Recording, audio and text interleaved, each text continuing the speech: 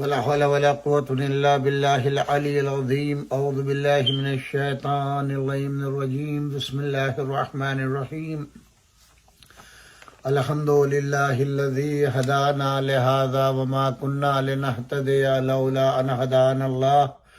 لقد جاءت رسل ربنا بالحق والصلاة والسلام على رسول الثقلين محبوب رب المغربين والمشرقين جد الحسن والحسين بالقاسم محمد.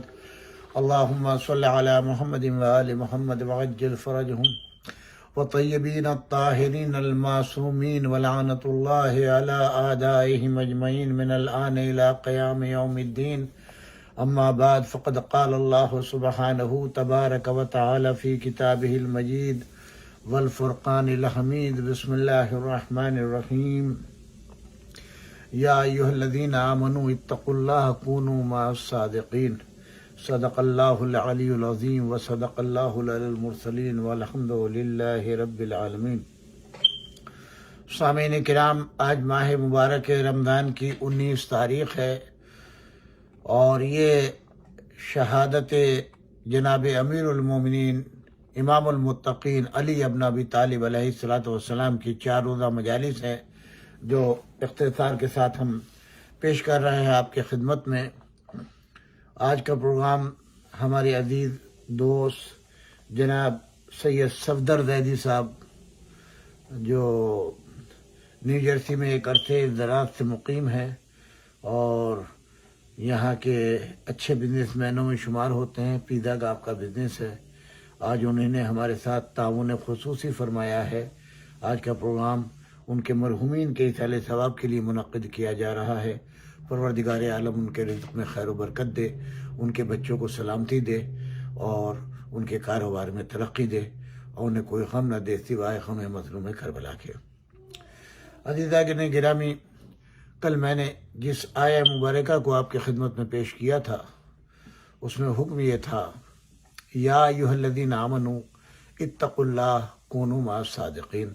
اے صاحبان ایمان، یعنی یہ مخاطب جو پروردگار عالم ہے، یہ اللہ کا خطاب جو ہے صاحبان ایمان سے ہے، ہر ایرے غیر نتھو خیرے سے نہیں.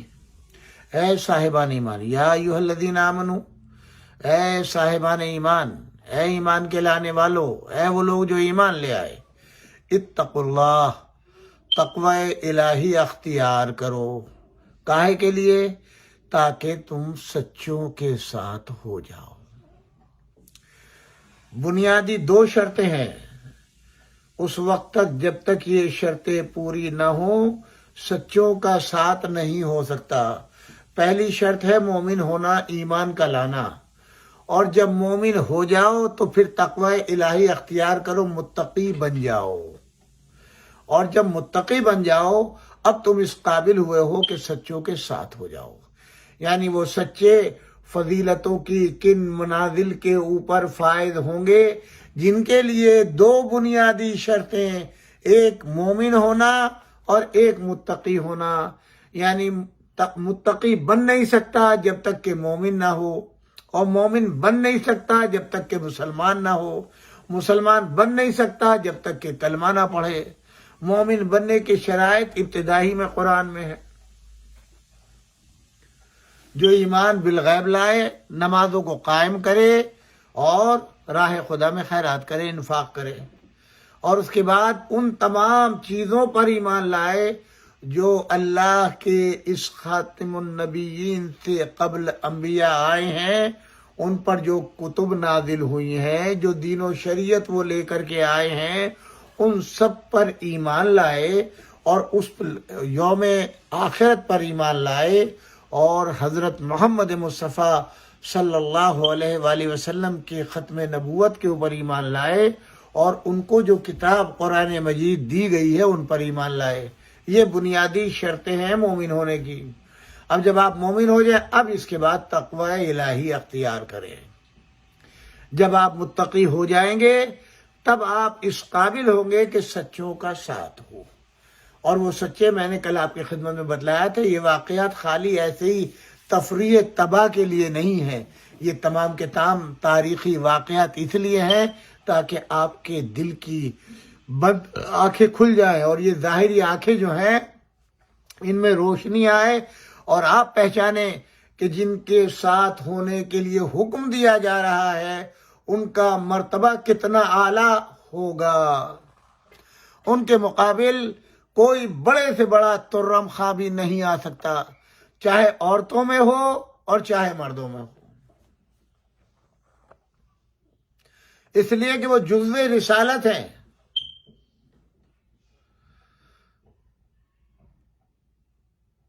وہ رسول اللہ کی شبیہ ہیں،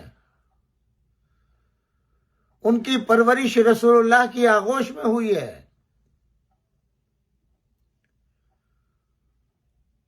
رسول اللہ نے اپنا خون پسینہ ایک کر کے ان کو پالا ہے. تو جس آغوش میں قرآن پلا ہو اسی آغوش میں یہ اہل بیت رسالت پلے ہوں تو نہ قرآن کا جواب لا سکتے ہو نہ اہل بیت کا جواب لا سکتے ہو. قرآن بھی لا ریب ہے، اہل بیت بھی لا عیب ہے.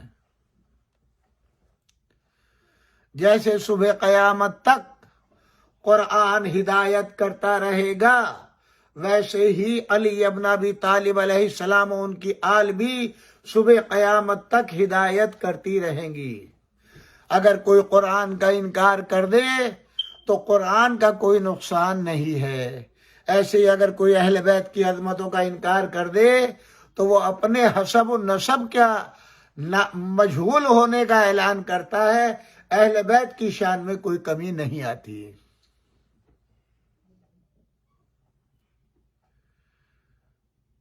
آپ یہ سوچیں اور غور کرنے کی ضرورت ہے.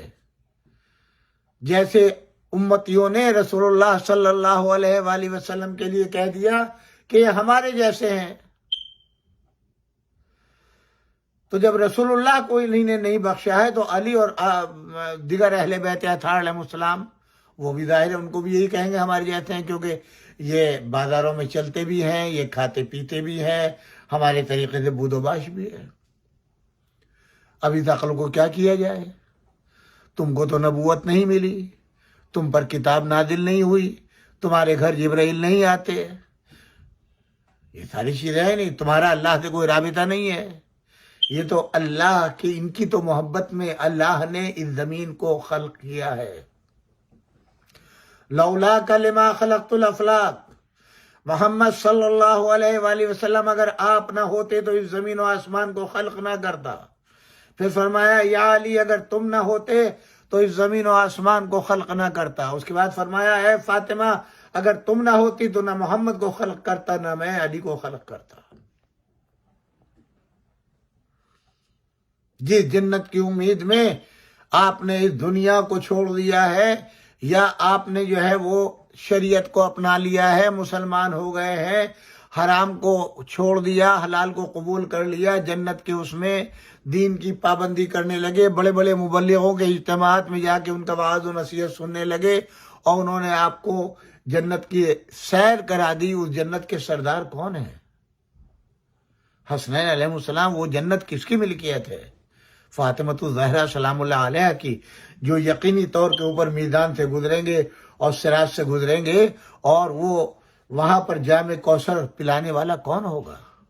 مولا کائنات، مولا امیر المومنین علی ابن ابی طالب. اس میں تو کوئی شک و شبہ نہیں. تمام کتابیں آپ پڑھ ڈالیں، کسی مسلک کی پڑھ ڈالیں، اپنے کسی بڑے سے بڑے عالم کی پڑھ ڈالیں، جس میں آپ کو یہ چیز ملے گی کہ الحق مع علی و علی مع الحق، یعنی حق علی کے ساتھ ہے اور علی حق کے ساتھ ہے. القرآن مع علی و علی مع القرآن، قرآن علی کے ساتھ ہے اور علی قرآن کے ساتھ ہیں. تو اب جہاں حق ہوگا وہاں علی ہوں گے، جہاں علی ہوں گے وہاں حق ہوگا، جہاں علی نہیں ہے وہاں حق نہیں ہے. جہاں قرآن ہوگا وہاں علی ہوں گے اور جہاں علی ہوں گے وہاں قرآن ہوگا. جہاں علی نہیں ہے وہاں قرآن نہیں ہوگا. اب آپ لاکھ کہتے رہیں کہ ہمیں قرآن کافی ہے، جب قرآن تمہارے پاس ہوگا ہی نہیں تو کافی کہاں سے ہوگا؟ بغیر علی کے نہ قرآن کافی ہے، نہ علی کے بغیر قرآن کافی، نہ علی کے بغیر قرآن کافی ہے. دونوں چیزیں مماثلت رکھتی ہیں ایک دوسرے سے. مسلمان بن جاؤ جتنا چاہے. یہ تو احادیث ہیں کہ اگر کوئی شخص 1000 حج کرے، 1000 جہاد کرے، 1000 مہینوں کے روزے رکھے، 1000 سال کی نمازیں پڑھے، عبادت کرے، اور منا و عرفات کے آپ کے صفا و مروہ کے درمیان حالت احرام کے اندر قتل کر دیا جائے، اور پہاڑوں کے مثل جو ہے، کوہ ابو قبیس کے مثل جو ہے وہ خیرات کرے، اور صفا و مروہ کے درمیان میں مظلومیت سے شہید کر دیا جائے، اور اس کے دل میں علی کی محبت نہ ہو تو کفر کی موت مرا. یہ ہے میرے مولا امیر المومنین علی ابن ابی طالب علیہ الصلوۃ والسلام. کون آئے گا ان کے مقابل؟ وہ نبی آخر خاتم النبیین حضرت محمد مصطفیٰ صلی اللہ علیہ وآلہ وسلم، جن کے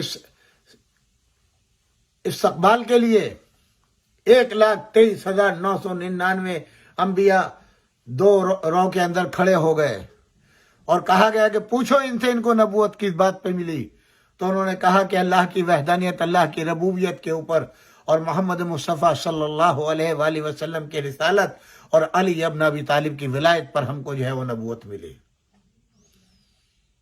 جس کا استقبال 1,23,999 انبیاء کریں، اگر اس کے سامنے اس کی بیٹی آ جائے فاطمۃ الزہرا تو وہ اس کی تعظیم کے لیے کھڑے ہو جائیں. یعنی گویا جس کے احترام کے لیے اللہ نے 1,23,999 انبیاء کو حکم دیا ہو کھڑے ہونے کا، اب وہی نبی جو خاتم النبیین ہے، سید المرسلین ہے، سید الانبیاء ہے، سید الاولیاء ہے، اسی نبی کو حکم کیا جا رہا ہے کہ دیکھو ضامن دین الہی آ رہی ہے، یہ حفاظت کی ضامن ہے، لہذا ان کے استقبال کے لیے کھڑے ہو جاؤ. جناب عائشہ فرماتی ہیں کہ ایسا محبت کرنے والا میں نے کسی کو نہیں دیکھا جو محبت رسول اللہ جناب فاطمہ زہرا سے فرماتے تھے. میں نے اپنی آنکھوں سے دیکھا کہ جناب فاطمہ جب آتی تھی تو اپنی مسند کے اوپر رسول اللہ بیٹی کو بٹھاتے تھے آپ کے شانے پکڑ کے، اور آپ کے سامنے 2 زانو ہو کر کے بیٹھ جاتی تھی. جناب عائشہ اس روایت ہے، فرماتی ہیں کہ ایک روز ایک پرندہ جو ہے وہ آتا ہے تلا ہوا رسول اللہ صلی اللہ علیہ وآلہ وسلم کے پاس، اور گرم گرم اس میں سے جو ہے وہ بھاپ نکل رہی ہے. حضور اکرم دیکھ کر کے بہت خوش ہوئے، آپ نے ہاتھ اٹھائے، پروردگارا جو تجھے سب سے زیادہ محبوب ہے اس وقت میرے ساتھ کھانے کے لیے اسے بھیج دیں. جناب عائشہ فرما رہی ہیں، وہ کہتی ہیں میرے دل میں ایک تمنا ہوئی، پروردگار میرے بابا کو اس وقت بھیج دے، اس وقت میرے بابا کو بھیج دے. کہتے ہیں ابھی یہ دعا کر ہی رہی تھی کہ کسی نے دق الباب کیا. حضرت عائشہ آگے بڑھی، دروازہ کھولا تو دروازے پہ امیر المومنین امام المتقین علی ابن ابی طالب علیہ السلام ہیں. داخل ہوئے، سلام کیا. آپ نے فرمایا آؤ یا علی، جلدی سے آؤ، میں نے ابھی اللہ کی بارگاہ میں دعا کی تھی، پروردگارا اس وقت میرے ساتھ کھانے کے لیے اس ہستی کو بیٹھ دے جو اس دنیا میں تجھے سب سے زیادہ محبوب. یہ بدبختی نہیں ہے؟ ان تمام تر فضیلتوں کے جاننے کے بعد، علی ابن ابی طالب کا مرتبہ جاننے کے بعد، رسول اللہ اور اللہ سے ان کی محبت جاننے کے بعد، یہی خاتون جو ہے، یہ مخدرہ جو ہے، وہ اونٹ کے اوپر سوار ہو کر کے چلی گئی جنگ جمل میں. اور کوئی موقع ایسا گیا جب انہوں نے اپنے دل میں کینہ علی اور حسنین علیہ السلام اور جناب فاطمہ زہرا سے نہ رکھا ہو.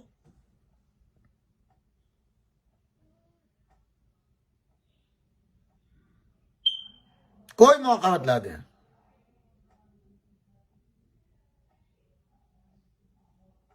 بہرحال وہ ایک الگ چیز ہے. چونکہ ایام شہادت امیر المومنین علی ابن ابی طالب ہے، میں اسی سے متعلق رہوں گا. پڑھیں اپنی کتابوں کو، مسلمانوں پڑھیں. کیا نہیں فرمایا انا مدینۃ العلم والی بابھا، میں شہر علم ہوں اور علی اس کے دروازہ ہے. کہیں کسی شہر کے دروازوں اور دیواروں کے علاوہ بھی کوئی شے دیکھی ہے؟ چھت دیکھی ہے کہیں؟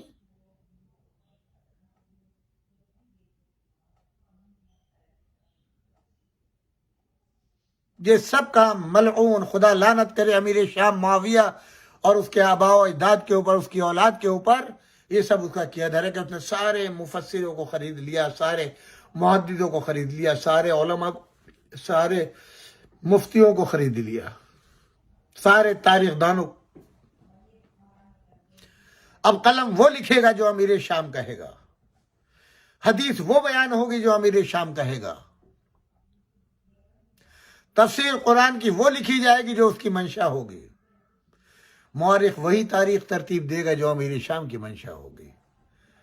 اب ایسے میں جب زر و جواہرات کے خزانے کوئی منہ کھلے ہوئے ہوں، کسی میں مجال ہے کہ جو امیر شام کی مرضی کے خلاف ایک لفظ لکھ دے؟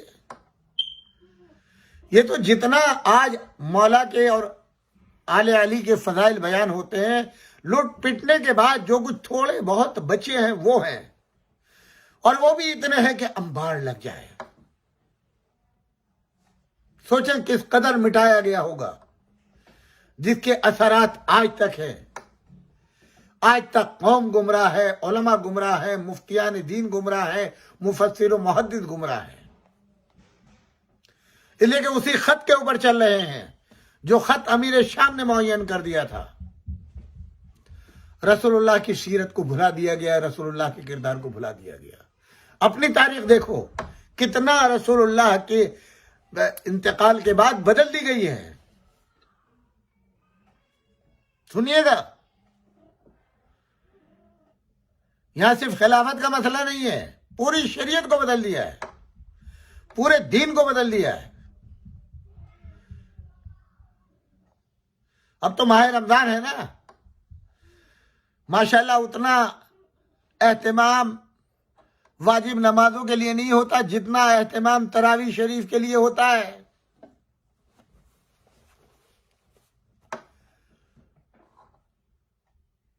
ہمارے ہاں تو ہر چیز کو بدعت کہہ دیا جاتا ہے۔ اب حضور بتائیے کہ یہ کون سی بدعت ہے رسول اللہ نے کبھی پڑھی ہے؟ ابھی اسرار احمد صاحب کی تقریریں سن لیجئے جو آخر وقت میں بیان کی ہے، اپنے موجودہ علماء سے سن لیجئے، اپنے مبلغوں سے پوچھ لیجئے کیا رسول اللہ نے تراویح پڑھی ہے؟ نہیں پڑھی، تو پھر آپ کیوں پڑھتے ہیں؟ حضرت عمر کی سیرت ہے، انہوں نے پڑھی، انہوں نے حکم دیا ہے، تو کیا کسی صحابی، کسی انسان کی سیرت حکم شریعت میں داخل ہو سکتی ہے؟ پوچھئے۔ اور کہا ہے کہ یہ بدعت حسنہ ہے، بدعت بھی ہے اور حسنہ بھی ہے۔ واہ واہ واہ، کیا کمال کی بات ہے۔ ان مولویوں کا منہ کالا ہو، کمبختوں کا۔ جی، صبح کی اذان میں الصلاۃ خیر من النوم دنیا کے ہر مائک سے پکارا جاتا ہے، یہ کہاں سے آیا؟ کس نے داخل کیا؟ پوچھئے اپنے علماء سے۔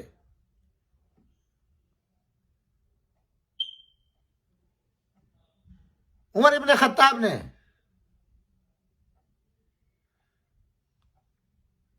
اذان میں سے علی ولی اللہ کس نے نکالا؟ پہلی خلافت میں نکالا گیا۔ پڑھیے تاریخ، بعد وفات پیغمبر صلی اللہ علیہ وآلہ وسلم آپ کا خاص صحابی، آپ کا منتخب کردہ اسلام کا پہلا آفیشل مؤذن جناب بلال حبشی مدینے کو چھوڑ کر کے شام چلے گئے، شام میں آباد ہو گئے۔ قسم کھا لی اب اذان نہیں دوں گا۔ اہل مدینہ کو بلال کی یاد آئی، اذان کی یاد آئی۔ خلیفہ وقت کے پاس آ کر کے کہا کہ آپ جو ہیں وہ بلال کو بلوائیے۔ بلال کو خط بھیجا گیا، بلال نے معذرت کر لی، نہیں میں نے قسم کھا لی اب مدینے میں نہیں آؤں گا۔ دونوں شہزادے امام حسن امام حسین علیہ السلام نے خواب میں دیکھا۔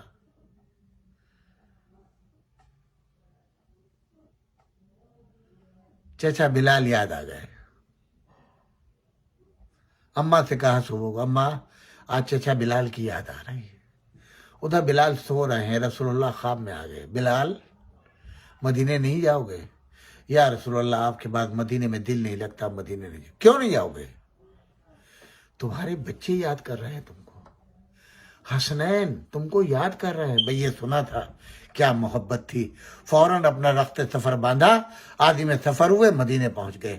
مغرب کے قریب تھا جب مدینے پہنچے، ایک کوہرام برپا ہو گیا، بلال آئے ہیں، بلال آئے ہیں، بلال آئے ہیں۔ مسجد میں پہنچے تو ایک شور مچ گیا، بلال آ گئے، رسول اللہ کا مؤذن ہو گیا، ہر طرف سے آواز آئی بلال آج اذان دے دو، آج اذان دے دو۔ کہا نہیں، میں نے قسم کھائی میں بلال اذان نہیں دوں گا۔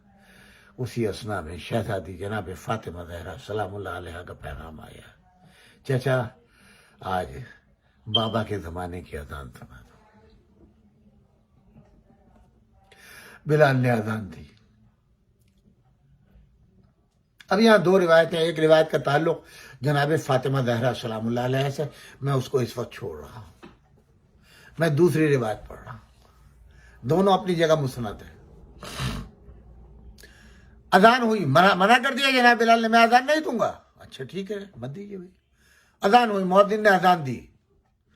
جب اذان تمام ہوئی، اب جناب بلال کو غصہ آیا، آپ نے کہا کہ یہ بلال، یہ اذان ہوئی ہے رسول اللہ کے زمانے کی اذان، خدا کی قسم اب مجھ پر واجب ہے اذان کا دینا۔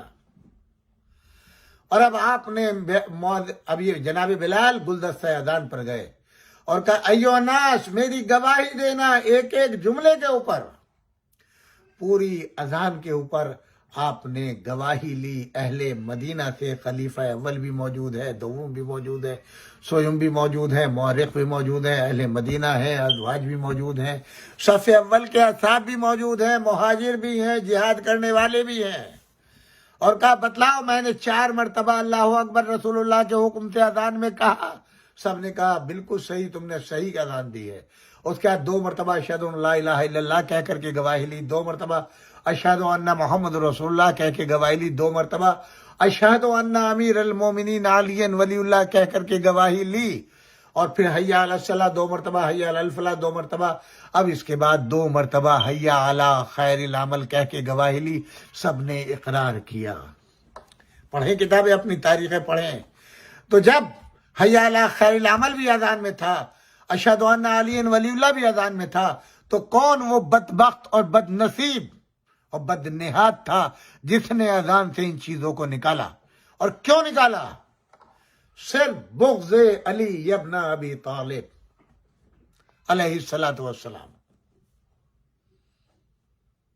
تو جو اتنا بغض رکھتے ہو میرے مولا و میرے آقا علی ابن ابی طالب سے، جن کے قبضے کے اندر ہماری آخرت ہے، ہماری شفاعت ہے، ہمارا میزان ہے، ہمیں سیراب ہونا ہے، اور وہ لوائے حمد وہی لیے ہوں گے، تو پھر ان کے لیے ہمارے دلوں میں کیوں نہ بغض ہو؟ کیوں آپ تقاضا کریں ہمارے بزرگوں کو برا؟ آپ کے بزرگوں نے ایسی حرکت کی کیوں بھائی؟ کیا مرنے کے بعد جنت کا خیال نہیں آیا؟ کیا جنت پھوکٹ میں ملنے والی تھی؟ جام کوثر مفت میں ملنے والا تھا؟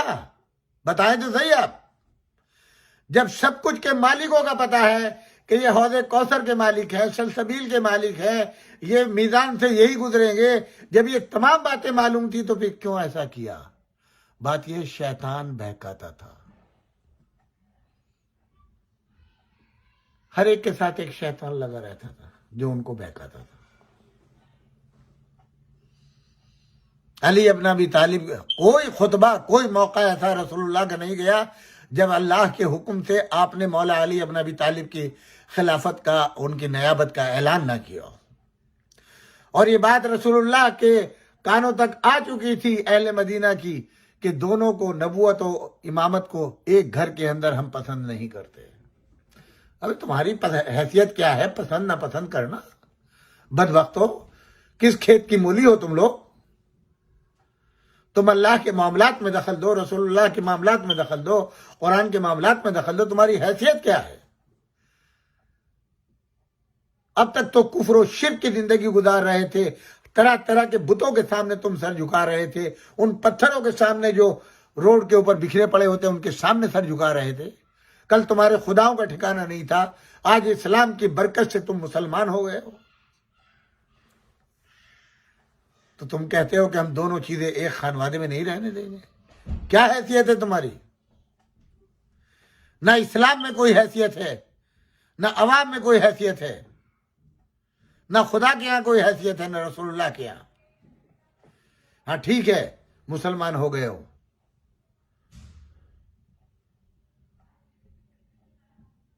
مگر علی کا مقابلہ کرو گے؟ ممکن نہیں ہے۔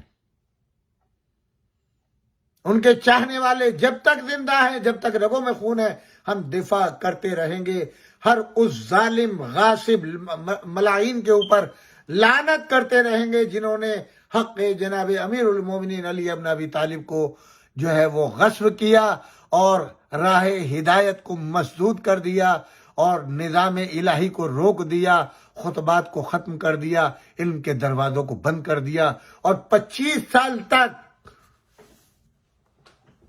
مولا علی ابن ابی طالب کو گھر میں رہنے پر مجبور کر دیا، اور یہ اپنی دنیا داری میں لگے رہے۔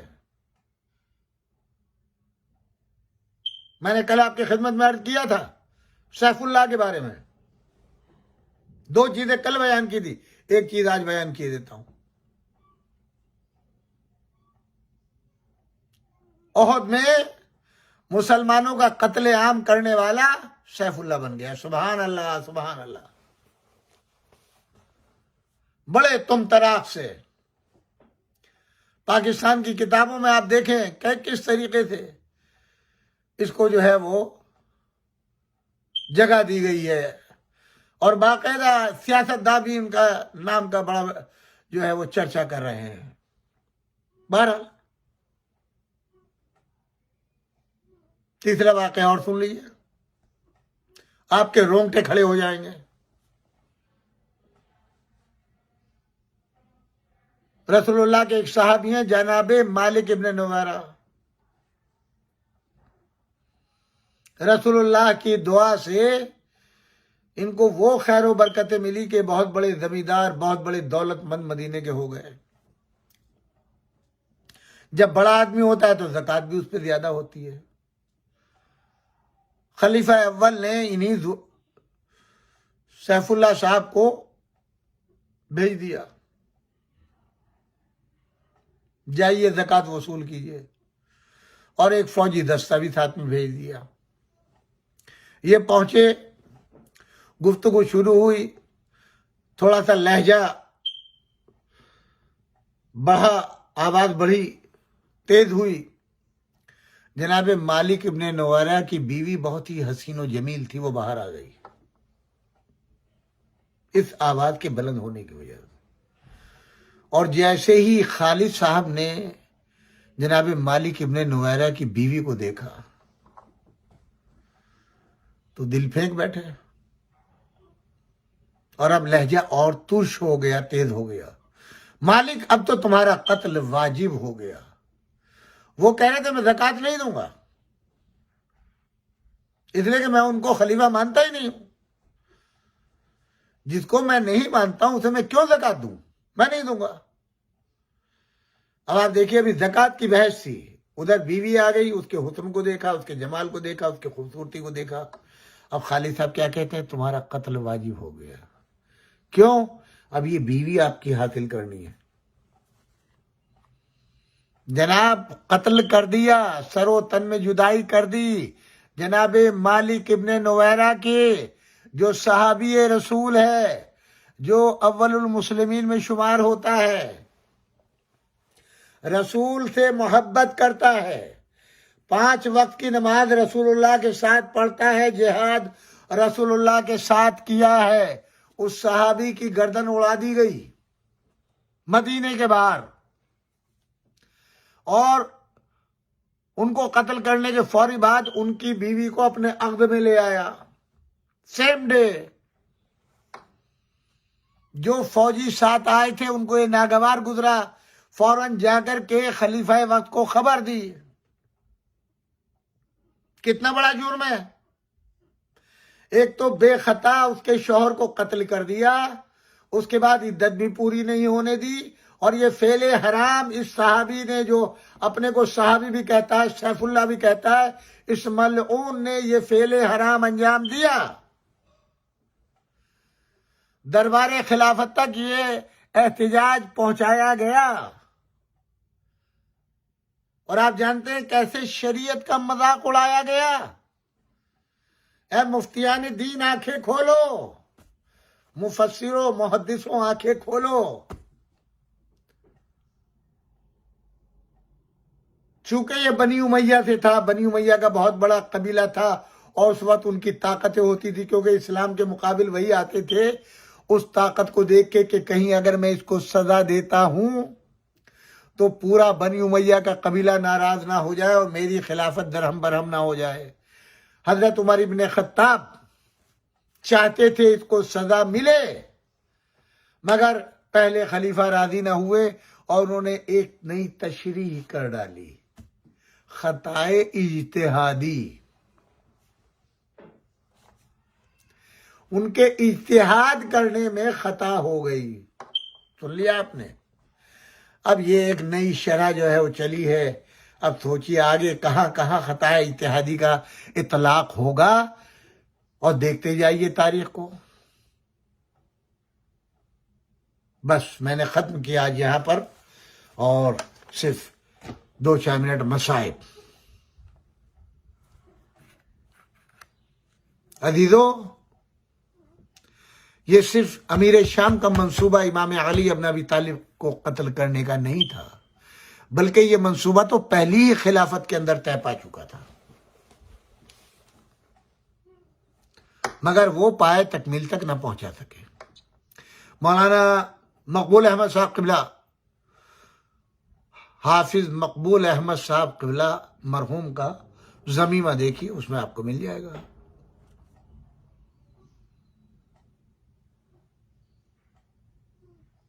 اسی ایام میں، یعنی باغ فدق کے مطالبے کے بعد، مولا علی کی گواہی کو رد کر دینے کے بعد ایسے حالات پیدا ہوئے کہ اب خلیفہ اول اور خلیفہ دوم اور ان کے مشیران نے مشورہ کیا کہ اب بہت زیادہ حالات بگڑ رہے ہیں، اب علی کو یا تو بیعت لی جائے یا ان کا خاتمہ تمام کر دیا جائے۔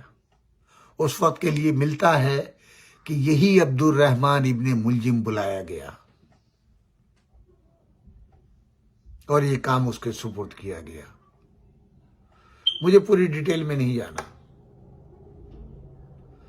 بہرحال یہ بات امیر شام تک پہنچ چکی تھی کہ یہ دونوں حضرات اس بات پر راضی ہیں کہ ان کو قتل کر دیا جائے۔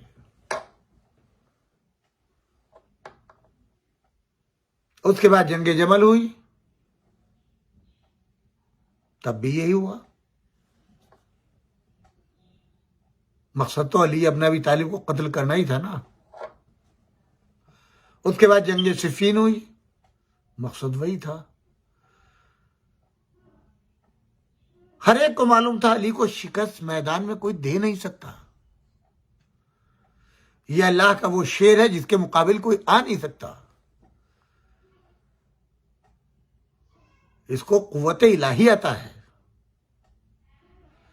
اس کے بازوؤں میں اللہ نے وہ قوت عطا کی ہے جس کا تقابل کوئی کر نہیں سکتا۔ لہذا تلاش کی، زہر منگایا گیا اور اس میں تلوار کو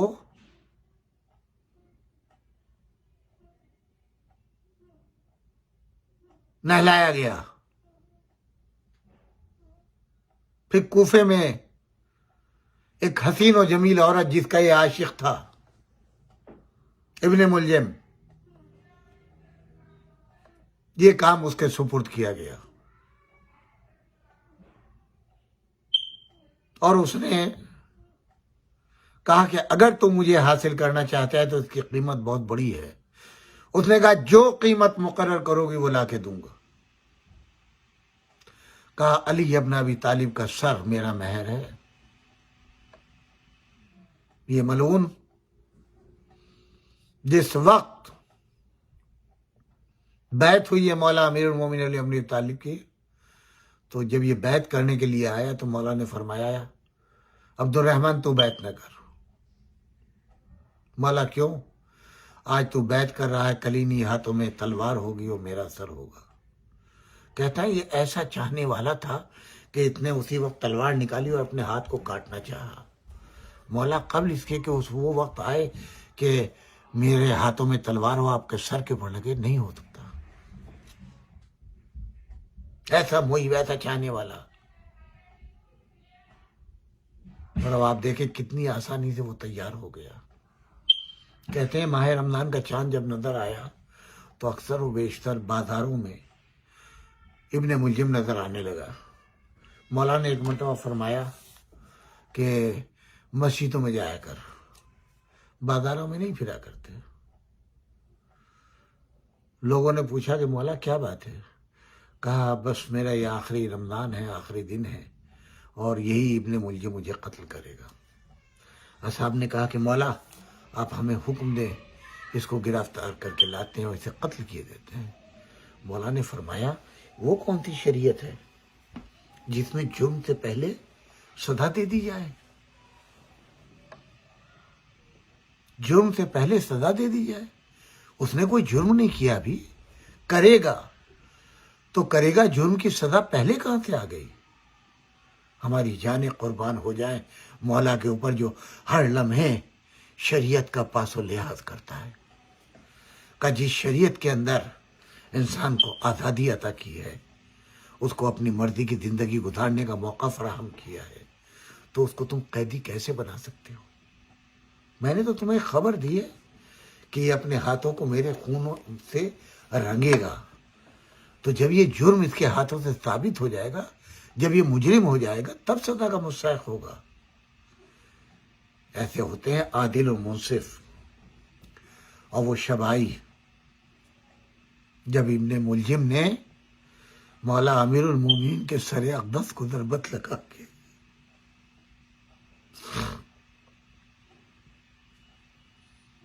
مسجد کی بے حرمتی کر ڈالی، مسجد کو علی ابن ابی طالب کے خون سے رنگ دیا، آج ہمارا امام زخمی حالت میں موت و زندگی کی زندگی گزار رہا ہے۔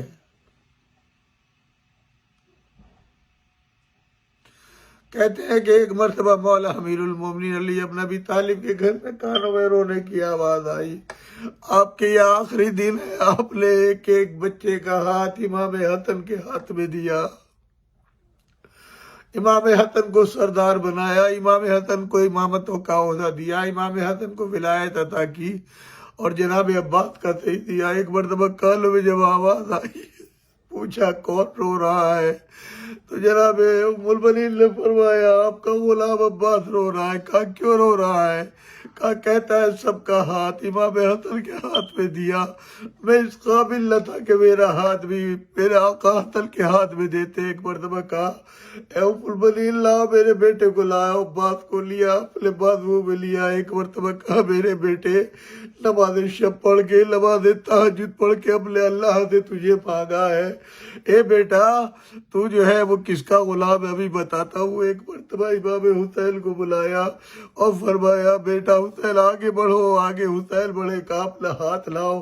اس کے بعد عباس کا ہاتھ دیا، بیٹا عباس یاد رکھنا یہ رسول اللہ کی اولاد ہے، تم میرے بیٹے ہو، میں نے جیسے رسول اللہ کی اطاعت کی، فرما برداری کی، حفاظت کی، ویسے ہی فرزند رسول کی حفاظت کرنا، ان کی آل کی حفاظت کرنا یہ تمہارا فرض ہے، اور کبھی اپنے کو ان کے برابر نہ سمجھنا، کیونکہ تم علی کی اولاد ہو، یہ نبی کی اولاد ہیں۔